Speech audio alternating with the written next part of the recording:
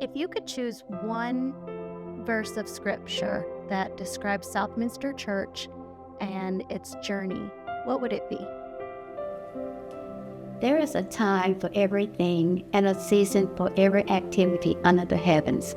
That's Ecclesiastes, the 3rd chapter, 1st verse. It's a reminder to everyone to treasure our experiences in life. You're one of the first members of Southminster Church. How did your story begin? Lawson and Lee Warren were our neighbors who shared vegetables and blueberries from their garden every summer. Usually, I would do the picking of the blueberries. Lee informed us that a new Presbyterian church was to be established in Gastonia, and services would be held at the orthopedic hospital beginning on January the 9th. Jim and I accepted that invitation since the minister had retired where we attended. So, on January the 16th, 1994, we took our leap of faith. We were welcomed with smiles and handshakes that Sunday morning. Next, we were greeted by Strawberry and Jackie Dixon, who offered us coffee and cookies. What a greeting, fellowship, and acceptance. We also met the minister, Dr. Jerry Braun, and his wife, Linda. It was as if everyone already knew us. We became an immediate part of the congregation, setting up chairs, helping with fellowship, which expanded to include cupcakes and other drinks. During that first year of services, our services and music were traditional with our focus on growing and bringing others to serve God. We witnessed the baptism of Shannon Lane and participated in our chartering ceremony and the election of our first session members. It was an exceptional but memorable first year. Do you remember the first service at our current location? In 1997, we had our first service on the property here. It was a joyous celebration. Worshiping and praising God included our first Easter service and the dedication of this facility. This was the beginning of our transition into a combination of contemporary and traditional services and music. Pastor Jerry Braun lost his robe and began just wearing just suits and ties. The choir also joined him and lost their robes. Were there any special programs from those earlier years that you remember well? As time passed, Jerry announced that we would have a church-wide study with small groups, and an invitation was extended to the community to join us.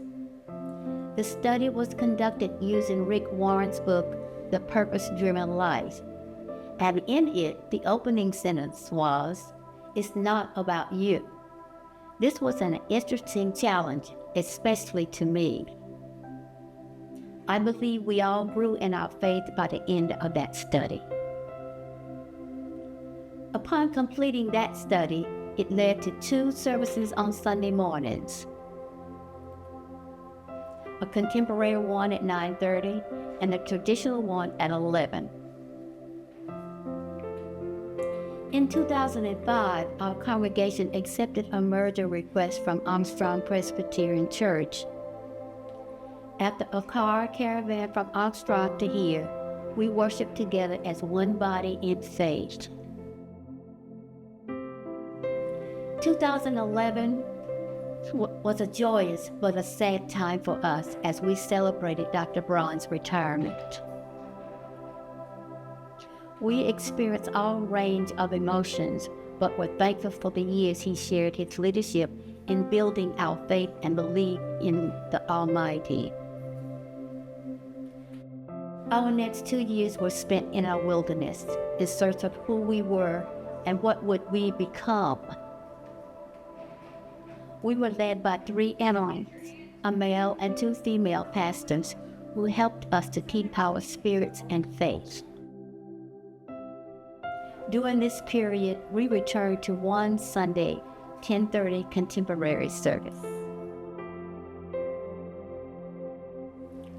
After an extensive search, Reverend Dan Odie accepted the call to ministry here and delivered his first service and was installed in January 2014 as our pastor. How did the COVID-19 pandemic affect Southminster Church? The pandemic affected everyone. COVID was everywhere. The use of technology, in my opinion, saved us. Digital video services, home delivery of communion, inside and outside services, drive-through nativity, and finally, we were eager to return carrying our own chairs.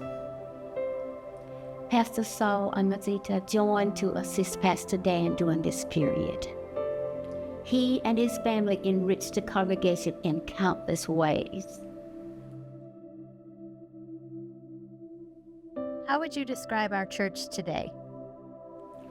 Currently, our services are infused with contemporary music and videos that are viewed by members and others using technology who do not attend or are unable to attend. Please note, during Easter, Christmas, and other major events, the handbell choir performs traditional music.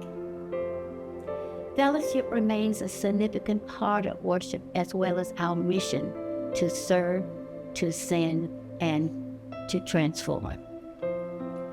Sunday school classes are age appropriate with a family atmosphere.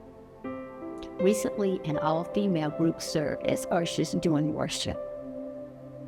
The original fellowship offering of coffee and cookies has expanded to 30 minutes to welcome everyone with treats and whatever they so like.